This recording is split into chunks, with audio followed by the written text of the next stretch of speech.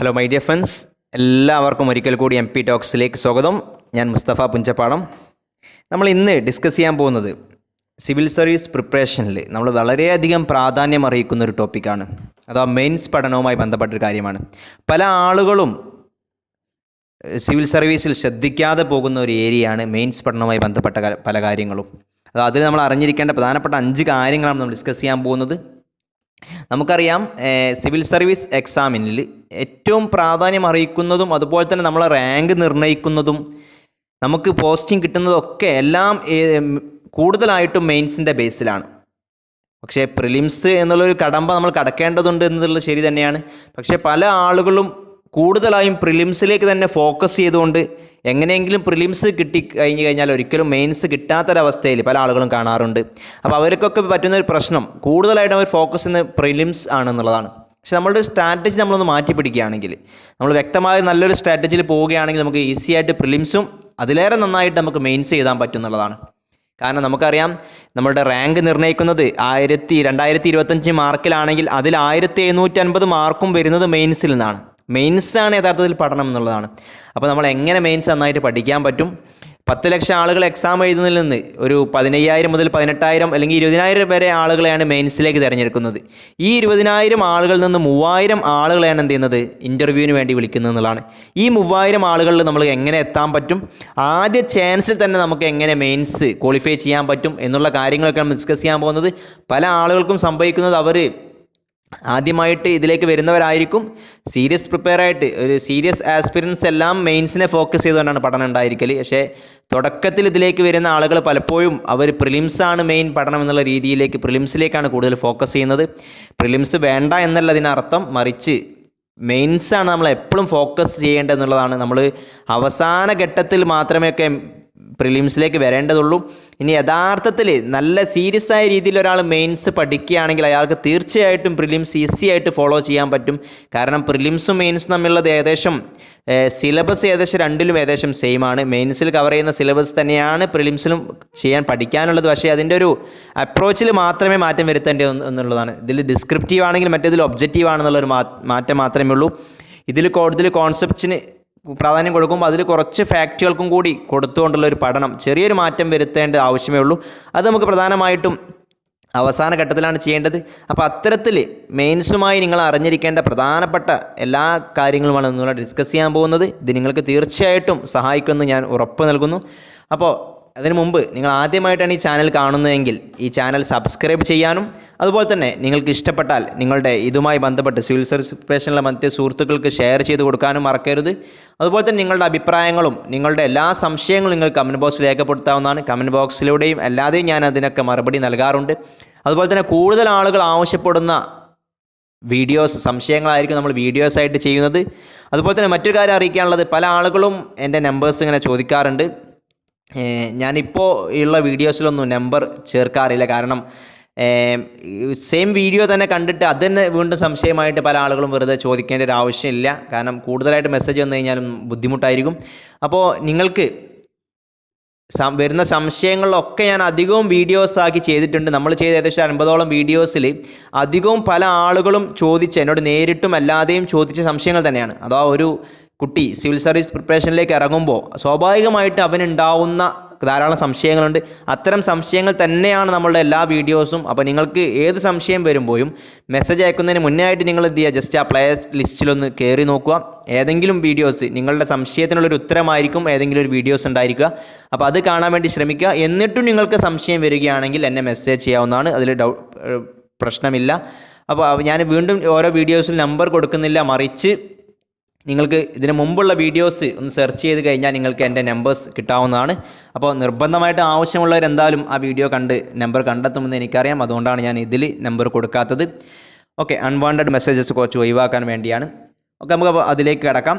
അപ്പോൾ മെയിൻസ് പഠനത്തിൽ നമ്മൾ ശ്രദ്ധിക്കേണ്ട 5 കാര്യങ്ങൾ ഏറ്റവും പ്രധാനമായിട്ട് എനിക്ക് തോന്നിയ കാര്യം എന്ന് പറഞ്ഞാൽ സിലബസ് ആൻഡ് സ്ട്രാറ്റജി എന്നുള്ളതാണ്. അപ്പോൾ നിർബന്ധമായിട്ടും നിങ്ങൾ ഈ മെയിൻ സിലബസ് വ്യക്തമായി ഡൗൺലോഡ് ചെയ്യുക. ആ സിലബസ് വ്യക്തമായ രീതിയിൽ നമ്മൾ അനലൈസ് ചെയ്യേണ്ടതെന്നുള്ളതാണ്. ഓരോ സിലബസും ഇത് കവർ ചെയ്യുന്നതിനുള്ള സ്ട്രാറ്റജി ആയിരിക്കും നമ്മൾ തയ്യാറാക്കേണ്ടതും.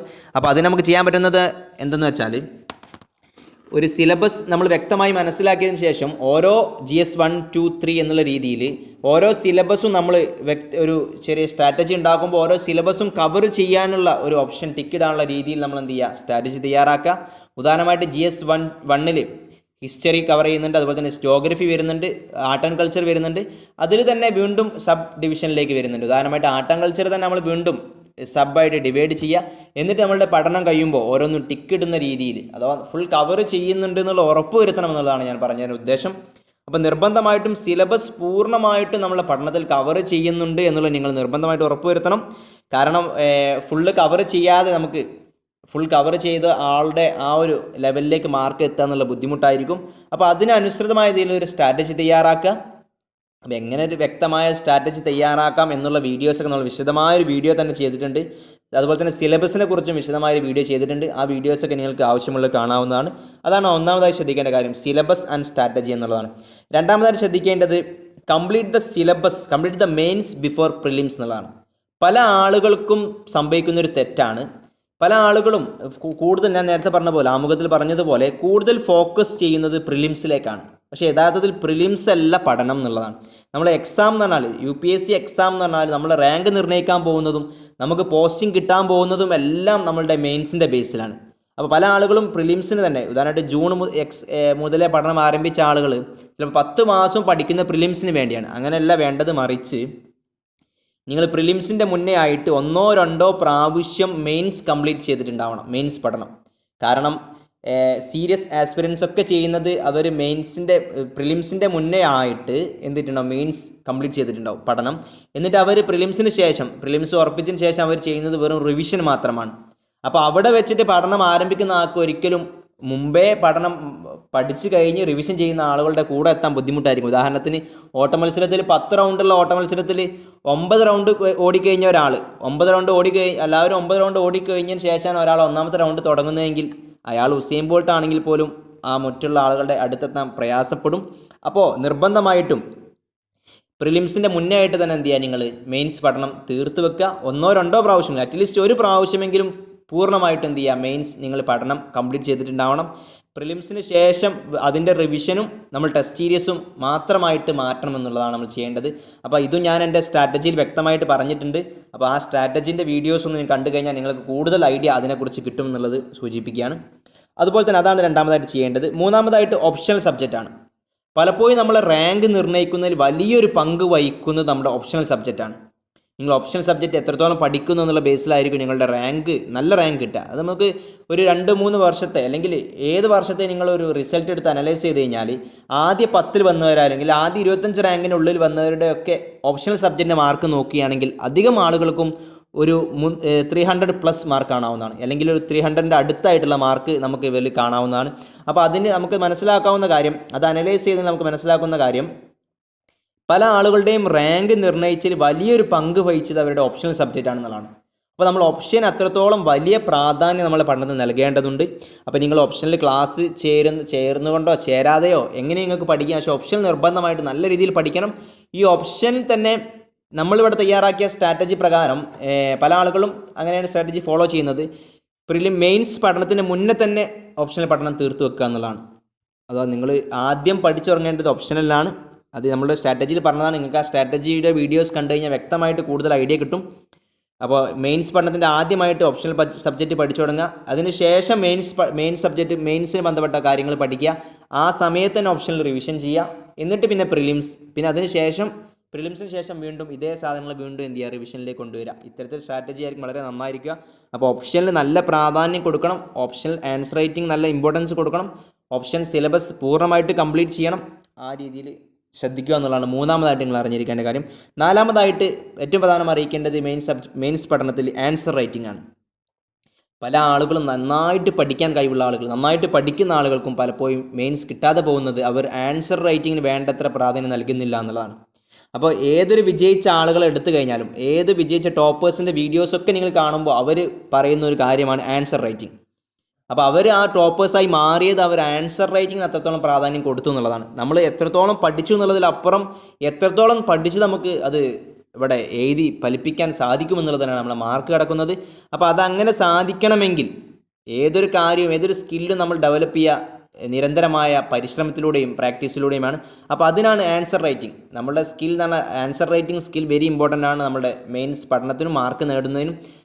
അപ്പോൾ അതിന് നിങ്ങൾ നിർബന്ധമായിട്ടും ആൻസർ റൈറ്റിംഗ് പരിശീലിക്കണം.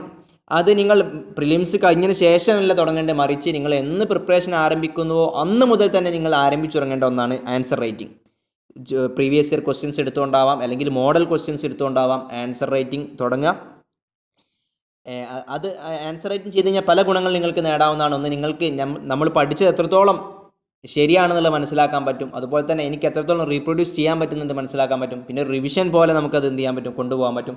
ഇത്തരത്തിൽ വളരെ ഗുണങ്ങളും ആൻസർ റൈറ്റിംഗ് കൊണ്ട് പ്രിലിംസിന് മുന്നേ തന്നെ നല്ല രീതിയിൽ നമ്മൾ എന്ത് ചെയ്യണം, ആൻസർ റൈറ്റിംഗ് പരിശീലിക്കണം. പ്രിലിംസിന് ശേഷം ഏറ്റവും കൂടുതൽ ഫോക്കസ് കൊടുക്കേണ്ടതും ആൻസർ റൈറ്റിംഗ് തന്നെയാണെന്നുള്ളതാണ്. ഇതാണ് നാലാമതായിട്ട് നിങ്ങൾ സിവിൽ സർവീസ് പ്രിപ്പറേഷനിൽ അറിഞ്ഞിരിക്കേണ്ടത്. അഞ്ചാമതായിട്ട് അറിഞ്ഞിരിക്കേണ്ട കാര്യം റിവിഷനാണ്. അത് മെയിൻസിൻ്റെ പഠനത്തിലായാലും പ്രിലിംസിൻ്റെ പഠനത്തിലായാലും ഏറ്റവും പ്രാധാന്യം അറിയിക്കുന്ന ഒന്നാണ് റിവിഷൻ. നമ്മൾ എത്രത്തോളം പഠിച്ചു കൂട്ടി എന്നുള്ളതല്ല, ആ പഠിച്ച കാര്യങ്ങൾ എത്ര പ്രാവശ്യം റിവിഷൻ ചെയ്ത് നമുക്ക് ഓർത്തെടുക്കാൻ പറ്റുന്നുണ്ട് എന്നുള്ളതാണ്. അപ്പോൾ ഓർമ്മശക്തി കൂടണമെങ്കിലും പഠിച്ച കാര്യങ്ങൾ നല്ല തറോ ആവണമെങ്കിലൊക്കെ റിവിഷൻ ഇമ്പോർട്ടൻ്റ് ആണ്. അതുപോലെ തന്നെ ഏതൊരാൾക്കും കൂടുതൽ വായിച്ചു പോകുക എന്നുള്ളത് വലിയ ഉപകാരം ചെയ്യും തോന്നുന്നില്ല, മറിച്ച് വായിക്കുന്ന കാര്യങ്ങൾ കുറച്ചാണ് വായിക്കുന്നതെങ്കിലും ആ വായിക്കുന്നത് വീണ്ടും വീണ്ടും റിവിഷൻ ചെയ്തുകൊണ്ട് അത് നമ്മൾ മനസ്സിൽ ഉറപ്പിക്കുക എന്നുള്ളതാണ്. അത് നമ്മൾ ഏത് പഠനത്തിലും നിർബന്ധമാണ്. നമുക്കറിയാം നമ്മളുടെ ഏതൊരാളുടെ ഓർമ്മശക്തി എന്ന് പറഞ്ഞത്, നമ്മൾ ഏതൊരു കാര്യം വായിച്ചു കഴിഞ്ഞാലും അതൊരു ഒരു ദിവസം കൊണ്ട് നമ്മൾ എന്ത് ചെയ്യണം, അതിൻ്റെ ഒരു 50% മറന്നു പോകുന്നുള്ളതാണ്. അതൊരു വീക്ക് കൊണ്ട് വീണ്ടും 80% നമ്മൾ മറന്നു പോകും. ഒരു രണ്ട് മൂന്ന് വീക്ക് ആകുമ്പോൾ അത് 100% നമ്മൾ മറന്നിട്ടുണ്ടാവും എന്നുള്ളതാണ്. അത് ശാസ്ത്രീയമായ പഠനങ്ങൾ പറയുന്നതാണ്. അപ്പോൾ ആ ഒരു പഠിച്ച കാര്യങ്ങൾ നിലനിർത്തണമെങ്കിൽ നിരന്തരമായ റിവിഷൻ നിർബന്ധമാണ്. അത് ഡെയിലി റിവിഷൻ വേണ്ടി വരും. നമ്മൾ അന്ന് പഠിച്ച കാര്യങ്ങൾ രാത്രി തന്നെ റിവിഷൻ ചെയ്യേണ്ടി വരും. അതുപോലെ തന്നെ വീക്കിലി റിവിഷൻ വേണ്ടി വരും, മന്ത്ലി റിവിഷൻ വേണം, അതുപോലെ തന്നെ 2 മാസം കൂടുമുള്ള റിവിഷൻ. ഇത്തരത്തിൽ പല രീതിയിൽ നിങ്ങൾ എന്ത് ചെയ്യേണ്ടതുണ്ട്, റിവിഷൻ പ്ലാൻ ചെയ്യേണ്ടതുണ്ട്. അപ്പോൾ അത് നിർബന്ധമായിട്ട് ശ്രദ്ധിക്കേണ്ടതാണ്. അത് മെയിൻസിനായാലും പ്രിലിംസിനായാലും ഏത് കാര്യം പഠിക്കുമ്പോഴും റിവിഷൻ ഒഴിച്ചുകൂടാൻ പറ്റാത്തതാണ്.